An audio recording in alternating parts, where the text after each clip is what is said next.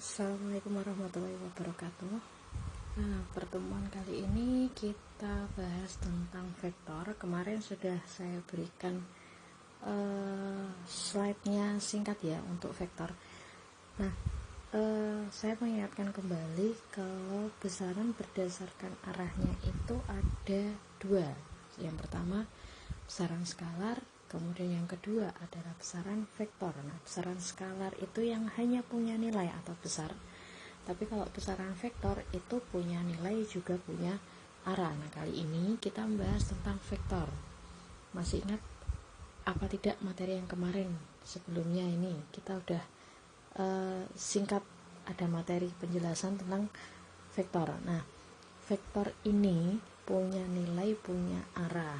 Biasanya arahnya itu ditunjukkan dengan panah. Nah, untuk vektor sendiri karena dia punya nilai, otomatis nanti dia bisa dijumlahkan. Nah, di sini pertemuan kali ini yang kita bahas itu tentang resultan vektor. Kita poinnya di resultan vektornya ya. Jadi vektor itu penulisannya, penggambarannya itu hanya dengan panah. Nah, ini artinya ujung, kemudian yang ini adalah pangkal. Artinya pangkal itu bermulanya dari vektor, besaran vektor itu. Kalau ini akhir dari besaran vektor. Misalkan gaya itu disimbolkan F. Nah, ini berarti simbolnya F, kemudian ada panahnya. Jadi atau ini boleh diganti dengan F terus ada strip di atas. Nah, itu penulisan dari vektor, besaran vektor. Jadi ada penandanya. Kalau kita menuliskan sebuah besaran itu kita bisa melihat dari tanda di atasnya ada garisnya atau tidak. Nah, itu kita bisa membedakan mana besaran vektor, mana besaran skalar. Oke, nah selanjutnya kita ke resultan vektor.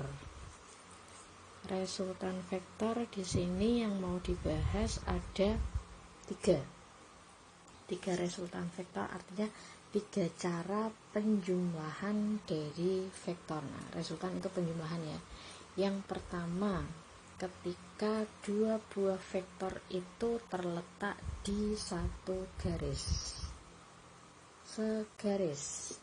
Misalkan kita mengenal sumbu X dan Y. Nah, bisa pilih salah satu. Misalkan kita anggap ada dua buah vektor gaya itu terletak di sumbu X. Nah, ini yang pertama. Ini misalkan F1. Kemudian ini yang kedua F2.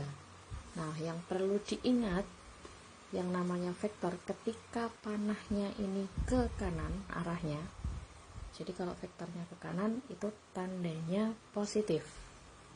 Kalau ke kiri, kalau ini positif, kemudian yang ke kiri ini tandanya negatif.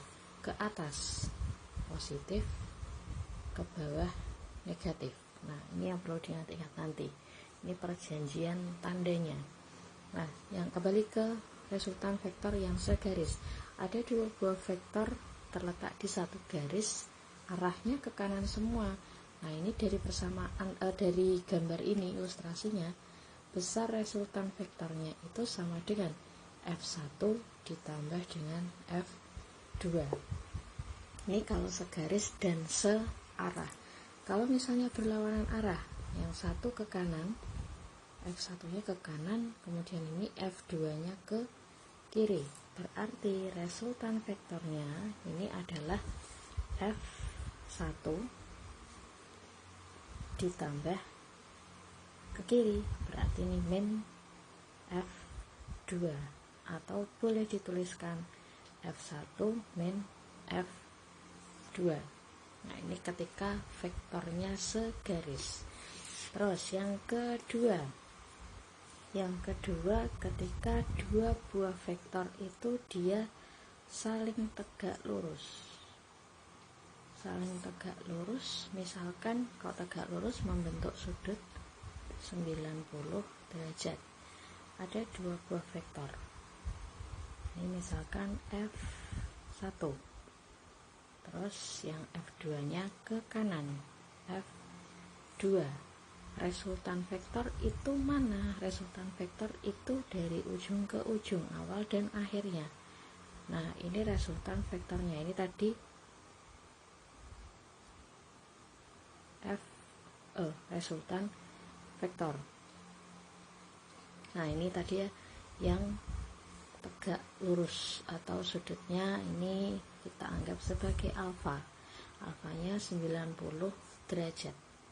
Nah, berarti menentukan sisi miring dari segitiga siku-siku, mengingat pelajaran di matematika dulu di SMP, berarti besar resultan vektornya ini sama dengan kita pakai Pythagoras, F1 kuadrat ditambah F2 kuadrat. Nah, ini untuk vektor ketika saling tegak lurus. Nah, yang ketiga sekarang, yang ketiga ketika ada vektor yang membentuk sudut tertentu, jadi saling mengapit sudut, membentuk sudut sebesar alfa. Alfanya ini otomatis selain 0 dan 90 derajat ya. Jadi kalau 0 itu kan yang segaris ini artinya sudut yang dibentuk itu 0 derajat. Kalau tegak lurus ini artinya sudut yang dibentuk adalah 90 derajat. Nah, sekarang kalau membentuk sudut selain 0 dan 90 derajat, bagaimana caranya? Nah, contohnya gini, dua garisnya ada F1, kemudian ini F2, membentuk sudut sebesar alfa. Nah, ini resultan vektornya. Kita menggunakan rumus R sama dengan akar F1 kuadrat ditambah F2 kuadrat ditambah 2 F1 kali F2 kali cos alfa. Nah, ini berarti di materi ini kalian harus bisa atau tahu nilai sin cos tan dari sudut istimewa 0 sampai 90 derajat. Ini nilainya nanti materi trigonometri itu sebenarnya ada di matematika. Trigonometri itu ada di matematika, cuma di fisika kita mengambil nilai dari sin cos tan-nya saja. Nah, ini di sini yang dipakai misalkan dari sudut 0 sampai 90 derajat. Nilainya berapa? Sin cos tan. Mulai yang namanya sudut istimewa itu sudut yang ada polanya. Makanya dikatakan sebagai sudut yang istimewa. 0, kemudian 30, kemudian 45, 60, 90. Nah, sekarang nilainya berapa? Nah, ini sudah ada nilainya.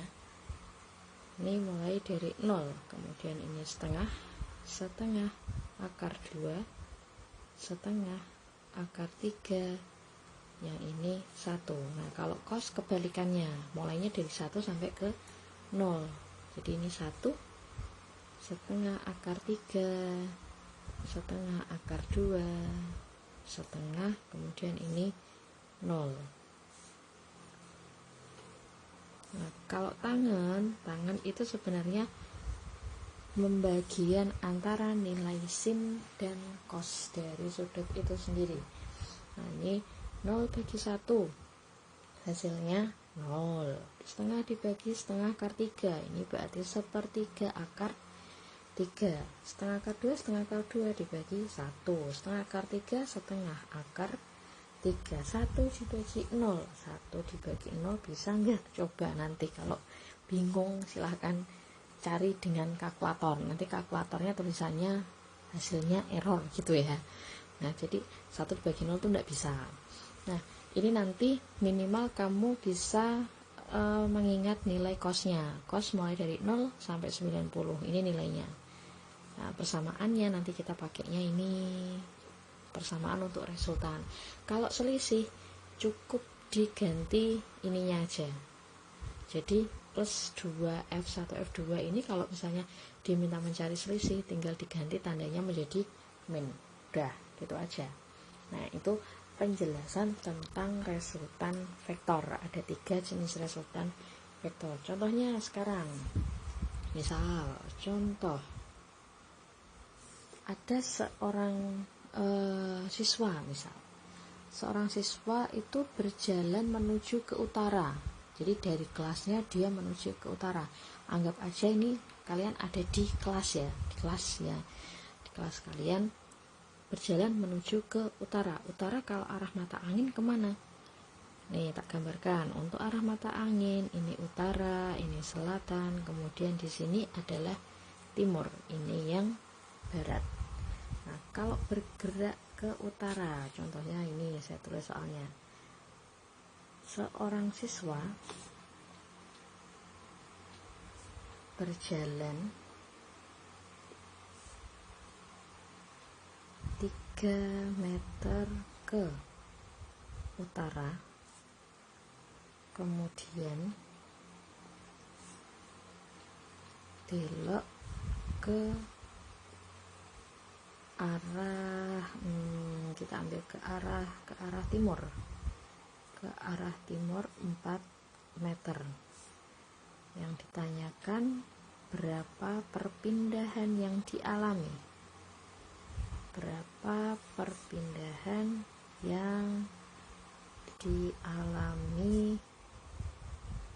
anak tersebut. Nah, ini dia bergerak ke utara berarti ke atas. Nah, ini penyelesaiannya. Sekarang anaknya itu tadi, siswanya bergerak ke utara. Nih, ke utara sejauh berapa? 3 meter. Setelah ke utara kemudian dia belok ke timur, berarti ke kanan 4 meter. Nah, yang ditanyakan perpindahan yang dialami ya. Perpindahan itu perubahan posisi dilihat atau diukur dari posisi awal sampai ke posisi akhirnya aja.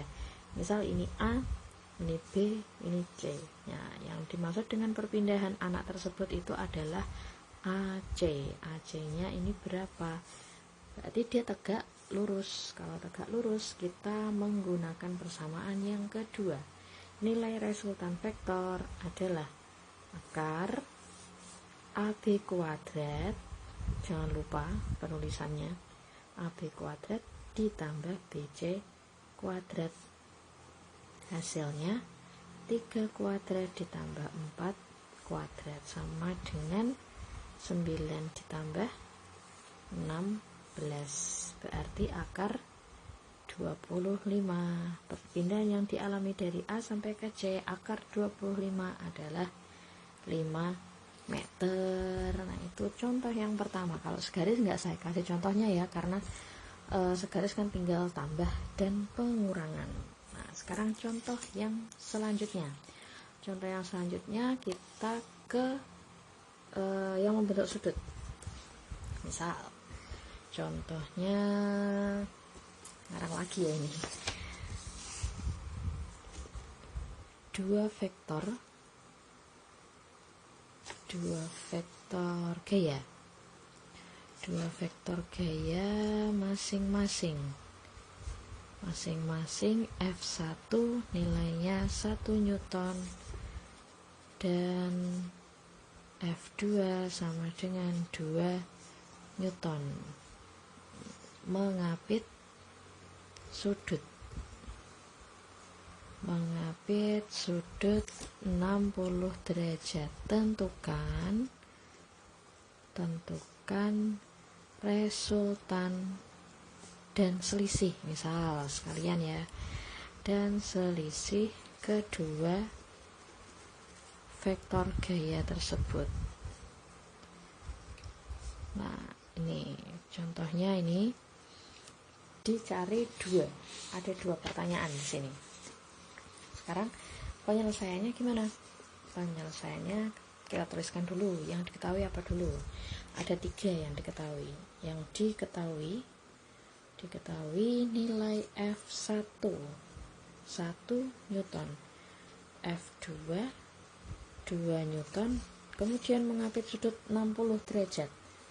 Alfa sama dengan 60 derajat. Yang ditanya ini ada resultan dan selisih. Nah, ini berarti saya tuliskan gini, R dan S, nilai resultan dan selisihnya berapa. Nah, masih ingat ya tadi persamaannya kita pakai yang ini. Resultan R sama dengan akar F1 kuadrat ditambah F2 kuadrat ditambah 2 F1 kali F2 kali cos alfa sama dengan akar F1 nya kita masukkan angkanya semuanya, 1 kuadrat ditambah 2 kuadrat ditambah 2 kali 1 kali 2 kali cos 60 derajat. Akar 1 kuadrat ini 1 ditambah 4 ditambah 2 kali 1. Nah, ini caranya kalau misalnya kita cosnya itu sudut istimewa, ini kan ada nilai cos itu kan ada yang setengah-setengah gitu ya. Jadi nanti kalau penulisan atau perkalian kalian pada saat menghitung poinnya di sini, 2-nya ini nggak usah dikalikan dengan 1 dan 2. Jadi biarkan aja, nanti endingnya kan kita coret. Nah ini jadi kayak gini, 2 dikali 1 kali 2. Nah yang dikalikan ini aja, F1 sama F2 nya kali 2 kali cos 60. Cos 60 kita lihat, cos 60 berarti nilainya setengah dikali setengah. Nah ini maksudnya dicoret, jadi tinggal 1 dikali 4 kok dikali 1 ditambah 4 ditambah 2, hasilnya adalah akar 7. Akar 7 nggak bisa ya, udah sampai di sini aja penyelesaiannya. Satuannya karena ini gaya soalnya, berarti satuan dari resultan gaya adalah Newton. Nah ini yang resultan. Nah, sekarang kita ganti ke yang selisih. S sama dengan akar, rumusnya sama cuma berbeda di tandanya saja. Ini F1 kuadrat ditambah F2 kuadrat dikurangi 2 F1 F2 dikali cos alfa akar 1 kuadrat ditambah 2 kuadrat dikurangi 2 kali 1 kali 2 kali cos 60 akar 1 plus 4 min 2 kali 2 kali setengah coret. Ini berarti akar 5 dikurangi 2, hasilnya ini 5 min 2 sama dengan akar 3, satuannya Newton. Nah itu caranya kita menentukan resultan vektor. Nah itu contoh soalnya. Nah tipe soal yang selanjutnya sekalian tak kasihkan. Tipe soal yang selanjutnya ini ada model perbandingan. Misal gini, ada vektor F1 ini bukan perbandingan ya, kalau ini mencari salah satu, jadi tapi nggak ada angkanya. F1 itu nilainya F, kemudian dia itu mengapit sudut tertentu dengan F2. Nah sudutnya ini misalkan 60 derajat. Terus ternyata ini mengapit sudut terhadap F2. Ternyata resultannya itu juga nilainya F. Nah yang jadi pertanyaan, berapa nilai F2? Nah F2 nya ini berapa? Kita tetap pakai persamaan karena ini sudutnya selain 0 dan 90 yang dipakai adalah rumusnya adalah rumus resultan vektor yang panjang tadi ya. R sama dengan akar F1 kuadrat ditambah F2 kuadrat ditambah F1 F2 cos alfa. Resultannya F sama dengan akar F kuadrat ditambah F2 kuadrat ditambah 2 kali F kali F2 dikali cos 60. F sama dengan akar F kuadrat ditambah F2 dikuadratkan ditambah 2 F kali F2. Ini nggak bisa dikalikan ya, maksudnya nggak bisa digabung, kali cos 60 setengah. Nah ini dicoret. Terus kalau udah kayak gini diapake kita. Nah selanjutnya caranya, kalau yang kita cari itu ada di dalam kurung, di dalam akar kok, di dalam kurung, berarti caranya kita harus hilangkan akarnya. Yang perlu dilakukan adalah ini semuanya dikuadratkan, ruas kanan dan ruas kiri. Ini berarti F kuadrat sama dengan F kuadrat ditambah F2 kuadrat ditambah ini F kali F2. Nah, terus ini caranya gimana? Yang sama jadikan 1. Siapa yang sama? Ini F kuadrat dikurangi F kuadrat, kok ini F2 ya, F kuadrat dikurangi F kuadrat sama dengan F2 kuadrat ditambah F kali F2. F kali F ibaratnya 1. Kalau misalnya kalian bingung nanti angkanya diganti 1 boleh. 1 kurangi 1 berarti 0. 0 sama dengan F2 kuadrat ditambah F2 kali F. Nah terus selanjutnya gimana? Pindah ruas lagi boleh. Ini pindah ruas berarti ini F2 dikalikan dengan F sama dengan, tandanya berarti gimana? Positif awalnya, pindah ruas jadi min. Ini F2 kuadrat. Terus ini gimana?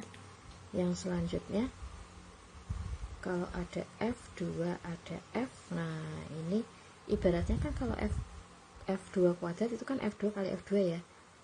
Ini tak terus gini aja, F2 kali F2 min F2 kali F. Nah ini dicoret, maka nilai F2 nya ini sama dengan negatif F. Nah udah dapat ketemu nih. Jadi vektor yang dijumlahkan ini tadi, nilai F2 nya adalah min F Newton. Nah, ini contoh yang selanjutnya, ini yang kedua tentang resultan vektor ketika dia membentuk sudut. Nah kadang kita ketemu soal yang semacam ini. Oke, nah ini penjelasan tentang vektor, resultan vektor ya. Penjelasan kali ini saya cukupkan sekian. Assalamualaikum warahmatullahi wabarakatuh.